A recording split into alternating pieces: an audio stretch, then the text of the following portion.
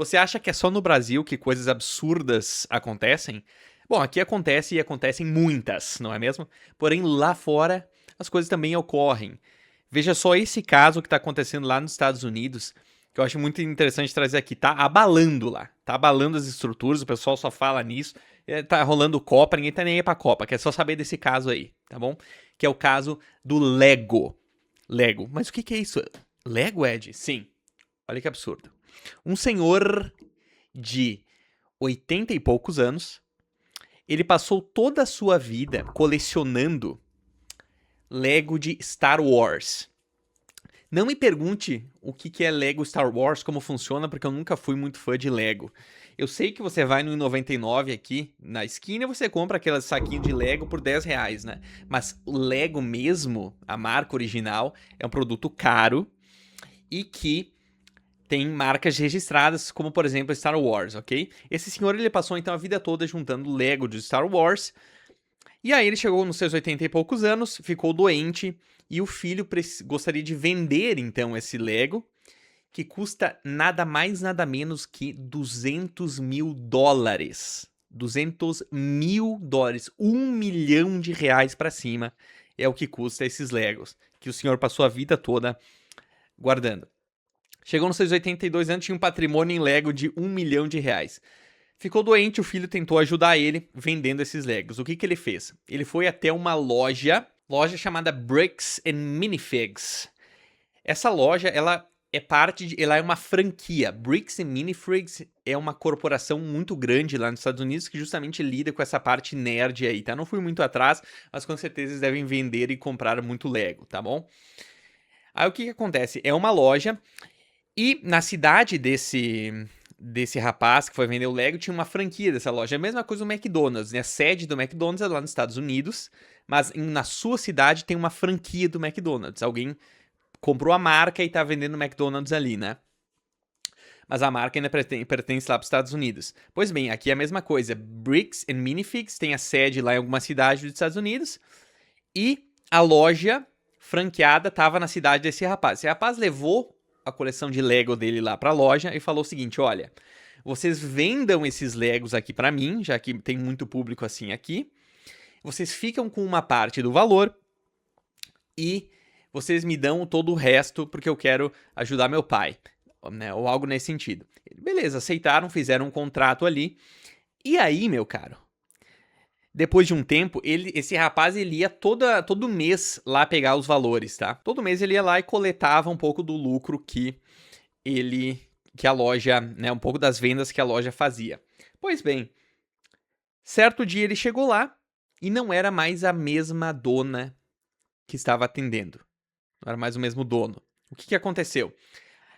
O dono que recebeu o Lego dele, os 200 mil em Lego, foi meio que a falência. O que aconteceu? Outro dono tomou conta. E aí esse rapaz foi lá, recebeu o valor dele, que ele estava recebendo todo mês, chegou lá e cadê a coleção de Lego dele, de 200 mil dólares? Simplesmente não estava mais lá. Trocou o dono e não se sabia mais onde é que estava o Lego. Portanto, muitas coisas podiam ser... Isso foi em 2024, já se passaram 2 anos. Muitas coisas podiam acontecer. Tanto o Lego ter sido levado pelo antigo dono, quanto escondido pelo dono atual, como, sei lá, a matriz ter ficado com ele. Tem várias histórias, até mesmo a história do rapaz pode ser contestada, o dono do Lego, mas é muito difícil ser contestado, porque tinha um contrato ali que ele assinou exatamente com essa empresa que se chama Bricks and Minifigs, né? Minifigs, exatamente. Então, ele chegou lá, ele fez um contrato, não foi verbalmente que ele entregou os 200k em Lego pro pessoal. Fez um contrato, mas chegou lá e não estava mais lá. Ele ameaçou processar a empresa, mas como essa é uma grande corporação, a grande corporação chegou para ele, olha, a gente não sabe onde é que tá esses Legos, e se você nos processar, a gente vai fazer isso e aquilo, e você não tem recurso para vencer a gente. Aí o cara ficou realmente assustado e não soube mais o que fazer. Ele entrou em contato então com um youtuber americano chamado Reckless Ben. Reckless Ben é um cara que faz justamente esse tipo de investigação. Entrou na área dele. É um rapaz, deve ter uns 25, 26 anos. Tá aí no YouTube, se você colocar. É um cara maluco, ele faz tudo, ele enfrenta, ele entra nos lugares sem permissão, ele enfrenta a polícia, ele faz tal. E quando ele ouviu esse caso, foi um prato cheio. Ele falou, vou atrás disso aí pra você. Aí tem o primeiro vídeo que ele colocou ali, ele foi lá, falou com o dono, ele foi lá na sede do lugar, no dono, como se lá nos Estados Unidos ele visitar o McDonald's, ele foi na sede do Bricks and Minifigs aí, Minifigs, falar com o dono, e o dono realmente não sabia, né, o executivo principal disse que não sabia, não tinha a mínima ideia do que estava acontecendo, o que eu acredito até, se você for parar pra pensar, porque você imagina um dono de uma corporação vai querer roubar um negócio de 200 mil dólares, é muito difícil, mas ele foi lá também. Então tem um grande caso, isso tá mexendo muito com toda toda a mídia e todo o pessoal americano. Cadê esses 200 mil aí? E principalmente por quê? Porque ele chamou a polícia, esse Reckless Ben, né, só que a polícia não defende ele, a polícia tá sempre do lado da empresa. Ou seja, você tá aqui incomodando a empresa. Porque ele foi várias vezes lá na franquia tentar ver onde é que tava esse Lego e não achava. Aí a polícia, ele contava pra polícia que sumiu, a polícia, não, você tá aqui atrapalhando o pessoal. Você tá aqui atrapalhando o trabalho dele, saia, não sei o que. A polícia defendia mais a corporação do que ele, basicamente. Isso tá mexendo muito aí com toda a população americana. Esse cara, depois de tanto perseguir, você tem uma ideia, ele começou a perseguir as pessoas, ele começou a perseguir, arrumar número de telefone, ligar para essas pessoas, e ele foi acusado então de chantagem, de perseguição, e ele foi até, eu não sei se ele foi preso, mas acho que quase preso, teve um juiz, né, isso tudo com esse youtuber, tá? Que tomou o caso para si.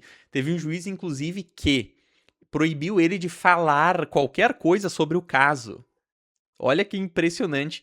E depois de um tempo, outro juiz barrou essa decisão. Aí ele pode sim falar sobre o caso, só que tem que ficar 100 metros de distância de qualquer loja da Bricks and Minifigs, tá? E aí, isso tudo, e os policiais agora estão tentando fazer o que com ele? Ele lançou a parte 3, né? Ou seja, em vez de eles irem atrás dessa investigação, que provavelmente deve estar sendo investigado no background, é claro, né? Mas em vez de a polícia realmente dar foco nisso, a polícia tá focando nele. No porquê que ele foi atrás de todo mundo, no dono da loja, no dono da corporação, ele foi atrás de funcionários, não queria saber, ele queria perseguir mesmo e ver onde é que tá esses 200k em Lego, né? E aí, a polícia decidiu, então, processar o cara. A polícia não, né? Processaram ele tá frente a um juiz respondendo algum tipo de processo. Pelo que eu entendi, eles não sabem nem qual processo estão processando ele. Nem pelo quê. É impressionante. E toda a população americana tá confusa, mas por que estão fazendo isso com ele e não estão indo atrás das corporações? Da corporação que realmente é dona da franquia, e cadê os 200k em Lego? Cadê? Então tá todo mundo confuso e ele tá realmente ganhando a população.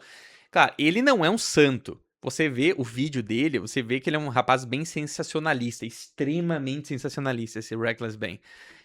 Ele vai atrás de coisas, ele faz pirueta, ele faz um monte de coisa, assim, absolutamente dramática, sendo que ele podia resolver de outro modo. Dá pra você ver que ele não é nada santo. Porém, ele tá tentando ir atrás de uma causa justa e parece que a polícia tá mais interessada em abafar o caso com ele do que realmente ir atrás dessa questão dos 200k. Eu imagino que é mais vantajoso pra essa empresa, Dunfrey Minifigs aí, dar os 200 mil dólares pra família de uma vez e encerrar o assunto.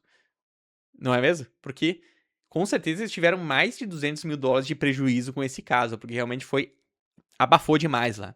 A família tá sem os Legos dele, recebeu uma pequena parte do que ele entregou lá de Lego, né? Só o que foi vendido aos poucos antes da mulher vender a franquia, entregar a franquia.